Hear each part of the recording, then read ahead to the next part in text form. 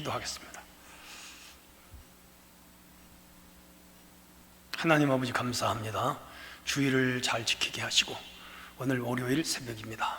또 이사야서를 가지고 한 주간을 저희가 살고자 하오니 성령께서 도우시고 말씀을 깊이 이해하며 우리의 삶이 늘 힘들고 어려울지라도 성령과 말씀 안에 승리하며 사는 하나님 백성이 되게 하시옵소서. 우리와 함께 하시는 예수님 이름으로 기도합나이다. 아멘. 네, 오늘은 이사야 33장 1절로 6절 제가 읽겠습니다. 이사야 33장 1절로 6절. 너 학대를 당하지 아니하고도 학대하며 속이고도 속임을 당하지 아니하는 자여 화 있을진저. 내가 학대하기를 그치면 내가 학대를 당할 것이며 내가 속이기를 그치면 사람이 너를 속이리라. 여호와여 우리에게 은혜를 베푸소서. 우리가 주를 앙망하오니 주는 아침마다 우리의 팔이 되시며 환난 때에 우리의 구원이 되소서. 요란한 소리로 말미암아 민족들이 도망하며 주께서 일어나심으로 말미암아 나라들이 흩어졌나이다. 황충의 때같이 사람이 너희를 노량물을 모을 것이며 메뚜기가 뛰어오름같이 그들이 그 위로 뛰어오르리라. 여호와께서 지극히 존귀하시니 그는 높은 곳에 거하시며 정의와 공의를 시온에 충만하게 하심이라. 내 시대에 평안함이 있으며 구원과 지혜와 지식이 풍성할 것이니 여호와를 경외함이 내게 보배라. 아멘. 네, 오늘은 은혜를 구하는 기도, 이런 주제가 됩니다. 자, 이사야서는 그 남한국 히스기야 임금, 우시아가 죽고 히스기야 임금 이어지는 두 명의 왕이 활동할 때였고, 또 역사적으로는 북이스라엘이 망하던 시기, 주전 700년경입니다. 나라가 소용돌이 쳤지요. 여러분, 전쟁하는 나라는 그 당사자 국가뿐 아닙니다. 그 주변 나라들이 소용돌이 치죠. 지금 여러분 그 러시아와 우크라이나가 전쟁을 하는데 바짝 긴장한 나라들이 그 유럽이잖아요. 이쪽에 그 많은 나라들, 독일부터 이쪽으로 올라오면 체코라든가 헝가리, 그리고 그 위에 많은 나라, 불가리아, 이런 나라들 다 긴장해서 우리나라에서 무기 사가려고 그러잖아요. 또 이스라엘과 하마스가 전쟁하니까 그쪽에 이란이라든지 또 이집트라든지 예멘이라든지 또 이쪽으로 올라오면 레바논, 시리아, 다 그냥 정치적으로 복잡하죠. 만약 우리나라가 전쟁이 난다면 남북한 물론이거니와 중국과 러시아, 일본, 미국 긴장되고 난리가 나죠. 지금 이 나라가 이사야가 활동하던 시대에 이 주변에 굉장히 어려워요. 이제 문제는 아수르예요. 아수르는 이제 북이스라엘을 함락시키고 남유다를 공격해 오려는 과정이 있는데, 남유다의 사신들이 아수르로 갔어요. 전쟁을 무마시키고 외교로 해결하려고. 근데 외교로 해결하려고 사신들이 갔는데 엠버서더잖아요. 아무런 성과를 가지고 오지 못하고 빈손으로 들어왔어요. 빈손으로. 그러니까 이게 외교적으로 해결이 안 되면 그 다음에 어떻게 돼? 무력으로 하는 거죠. 그래서 지금 복잡한 상태에 이사야가 오늘 본문 배경이 바로 아수르를 배경으로 하는 그런 내용입니다. 자, 1절을 보시면 너 학대를 당하지 아니하고도 학대하며, 아수르를 두고 하는 말이에요. 속이고도 속임을 당하지 않는 자는 화가 있을 거다. 이 강대국들이 되게 그래요. 강대국들은 누구한테 이렇게 침략을 당하거나 손해를 보거나 많은 피해를 보거나 그러지 아니하는데 약한 나라를 침략하고 약탈한단 말이에요. 우리 이 세상에도 힘 있는 자들은 경제적으로 힘이 있고 지적으로 힘이 있고 혹은 권세나 사회적 지위로서 힘이 있는 자들은 떵떵거리죠. 근데 그 사람들에게 피해보는 자들이 누구예요? 주로 약자죠. 경제적 약자라든지 정신적 약자라든지 지적인 약자라든지 혹은 육체적인 약자, 물리적인 약자들이 항상 피해를 입고 손해를 당하죠. 그래서 지금 이 아수르를 우리 하나님께서 저주하는 거예요. 화 있을진저. 오늘날 힘 있는 자들, 교만한 자들, 거들먹거리는 자들, 약한 자들을 멸시하는 자들에게는 이런 화가 있다. 그러면서 너희가 학대를 당할 것이고 너희가 그 속임을 속이기를 그치지 않으면 사람이 너를 속이리라. 너희들이 언젠가는 당하는 날이 온다. 아, 그렇죠. 그래서 이 아수르는 이제 후에 바벨론에게 완전히 망하잖아요. 그러니까 영원한 강제도 없고 영원한 약자도 없어요. 하나님을 의지하는 자, 하나님이 돌보는 자만 영원한 거죠. 2절이에요. 여호와여 우리에게 은혜를 베푸소서. 이게 이제 선지자의 기도인데 이사야의 기도이기도 하지만 이스라엘이 전쟁으로 황폐해진 그 사회 속에서 남은 자들, 소수의 영적인 사람들을 남은 자라고 말하는 그들의 기도. 오늘로 말하면 하나님께 기도하면서 하나님 말씀을 의지하면서 하는 성도의 기도를 의미하는 거예요. 은혜를 베푸세요. 우리가 주를 앙망합니다. 바라본다 이 말이죠. 소망한 간절히 주님의 은혜를 사모한다 할 때 앙망이라 그래요. 아침마다 우리의 팔이 되시며 환난 때에 우리를 구원하소서. 아침은 뭐죠? 하루에 새 힘을 얻는 시간이잖아요. 하나님 오늘도 도와주세요. 그 기도거든요. 그다음에 환난 때 우리의 구원하소서. 큰 어려움을 겪을 때 물질의 환난, 그렇죠? 또 여러 가지 정신적인 환난, 또 인간관계적인 환난, 전쟁 혹은 홍수 혹은 지진 혹은 한재, 이런 큰 환난, 수도 없이 많은 환난들이 있죠. 하나님 도와주세요. 참 성도의 기도예요. 거기 중요한 문장이 있어요. 우리가 주를 바라보나이다. 바라보는 거예요. 주님밖에 없는, 우리가 기대할 분은 주님밖에 없잖아요. 그렇죠? 자녀들이 부모님만 바라보잖아요. 아버지 용돈 주세요. 아버지 학비를 주세요. 아버지 가난한 나라가 힘 있는 나라 바라보잖아요. 미국이 원조를 좀 안 해주나, 힘 있는 나라가 원조를 좀 안 해주나. 마을에도 가난한 사람이 그냥 오늘 저녁 끓일 쌀이 없어. 그러면 그 동네 부자 잘 사는 사람 우리를 좀 도와주지 않나. 가련하죠. 불쌍하죠. 근데 바라볼 데가 없어. 그러니까 오늘 우리는 하나님을 바라보나야 돼. 3절.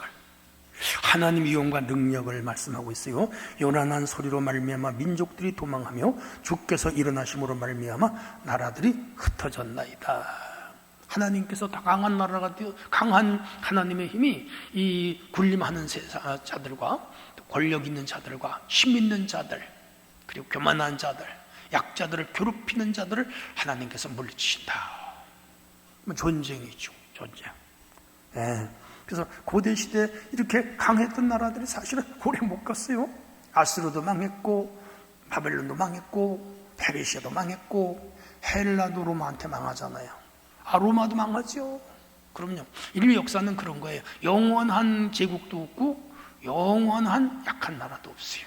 언제 어떻게 될지 아무도 몰라. 그래서 우리 속담이 있잖아요. 사람 팔자 시간 문제다. 우리가 개인적으로 잘못 산다고 평생 잘못 사는 거 아니에요? 어느 날 우리가 부자를 능가할 때가 있어요. 부자라고 영원히 잘 살 것 같죠? 아니에요. 그들도 어느 날 쫄딱 망할 때가 있어요. 우리는 깨어 있어야 돼. 깨어 있어야 돼. 하나님의 도우심을 구해야 돼. 자, 4절 아수르가 몰락한다는 걸 예고하고 있어요. 황충 때같이 사람이 너희를 노량물을 모을 것이며 메뚜기가 뛰어오름같이 그들이 그 위로 뛰어오르리라.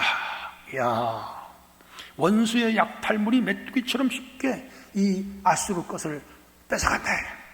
이 아수르 사내립은 사실 남유다를 치러 와서 공성전을 벌이다가 하나님 역사로 18만 5천 명을 잃어버리고 본국으로 돌아갔는데 자기 아들 둘에게 살해를 당했어요.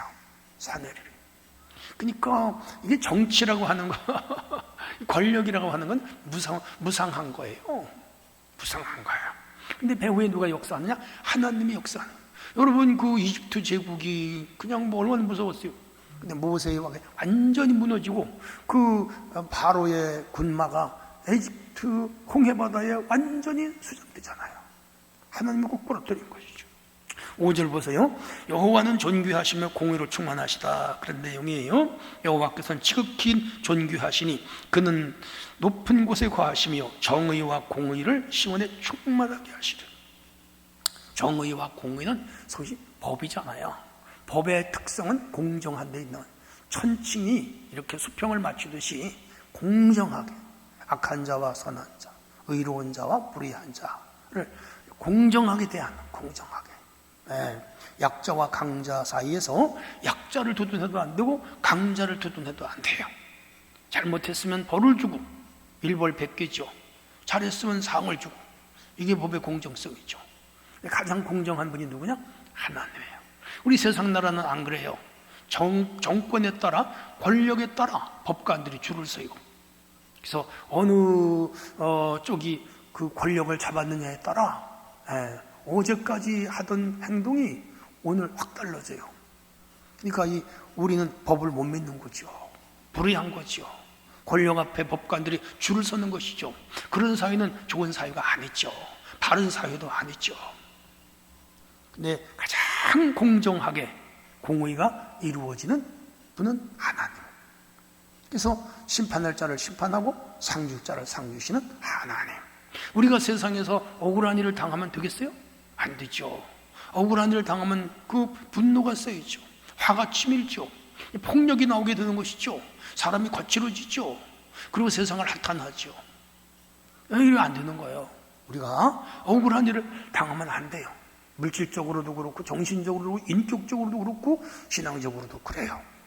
그러니까 하나님은 공정하셔. 세상은 공정하지 않아. 우리가 왜? 세상은 악한 사탄이 지배하는 성격이기 때문에 그래요. 6절 여호와를 경외함이 가장 보배다. 그래서 이러한 상황, 정치 그리고 국제사회 정세 속에서 어떻게 해야 되느냐? 가장 우리가 공정하신 하나님만 경외해라. 6절에 내 시대에 평안함이 있으며 구원과 지혜와 지식이 풍성할 것이니 여호와를 경외함이 뭐라? 보배니라. 보배는 가장 귀한 그런 가치 있는 보물 같은 걸 보배라고 그러잖아요. 소중히 여기는, 가치 있게 여기는 걸 보배라고 그러잖아요. 우리 자녀가 보배고 우리의 가정이 보배죠. 우리 교회가 보배죠. 우리 건강한 우리 국가가 보배죠. 또한 그런 것만 금은 보석이나 돈 같은 것도 물론 보배에 속하죠. 일시적 현실적이지만 그러나 우리 여호와 하나님을 경외하는 것보다 더 큰 보배는 없다. 뭐예요? 믿음이 최고의 보배라는 거죠. 자, 그래서 우리에게 주시는 몇 가지 교훈이 있습니다. 첫째, 하나님은 악한 자를 결코 그냥 두지 않으신다. 그럼요. 하나님은 절대로 악한 자를 그냥 두지 않아요. 일시적으로 잡초가 무성해요. 일시적으로 악인이 득세해요. 사람들을 속이기 때문에 그냥 그 오래 못 가요. 인간적인 성격과 약탈이 번성하는 것 같아도 하나님의 정의는 반드시 절대를 가하는 날이 있어요. 그러므로 우리는 악인이 행행하고 악인이 득세할 때 너무 두려워할 필요가 없어요. 두 번째, 은혜를 구하는 기도가 위기 때 큰 힘이 돼요. 위협과 불안, 가장 큰 위협이 전쟁이잖아요. 아수르가 쳐내려온다는 거죠. 사신들이 가서 해결을 못했고 외교적인 채널로 해결이 안 됐잖아요. 그래서 백성들이 기도하는 거예요. 하나님 도와주세요. 여러분 살다 보면 크고 작은 문제 만나죠? 물질적으로, 정신적으로, 직장, 사업, 자녀, 건강, 수많은 어려움을 당할 때 인간의 힘에 한계가 있다 이거죠. 그때 어떻게 해요? 기도해야죠. 우리를 도울 분은 하나님밖에 없는 거예요. 세 번째는 하나님의 일하심은 모든 두려움을 무너뜨려요. 이 세상에 두려운 일이 많이 있죠. 절벽 앞에 설 때가 있죠. 불안, 초조할 때가 있죠. 백척간두를 걸어갈 때가 있죠. 사람들은 방황하죠. 절망하죠. 좌절하죠. 어떤 사람은 스스로 생명을 끊기도 하잖아요. 왜? 길이 없다고. 그런데 하나님이 원수를 흩뜨리시고 그들의 무력은 무익하게 된다는 거죠. 하나님을 여기서 이제 신앙이 나와요. 여기서 영적인 게 나오는. 그래서 하나 더 말씀드리면 진정한 안정은 여호와를 경외하는 데 있는 거죠. 세상의 힘이 아니라 여호와를 경외하는 것이 최고의 지혜예요. 그리고 구원이요 삶의 보배다. 다시 말하면 믿음으로 사는 것보다 더 큰 힘은 없다 이거죠. 왜? 하나님이 그 믿음 가지고 사는 자를 축복하시기 때문에. 자, 오늘은 이렇게 은혜를 구하는 기도에 대해 말씀드렸어요. 한 주간의 첫날입니다. 말씀 붙잡으시고 하루를 또 이 한 주간을 힘차게 살아가는 성도가 되기를 축복합니다. 하나님 아버지 감사합니다. 오늘 이사야 31장 1절에서 6절의 말씀을 읽었습니다. 우리의 큰 힘이 되게 하시고 영혼의 양식이 되게 하시고 어떤 상황에서도 오직 예수 한 분만 의지하며 살게 하시옵소서.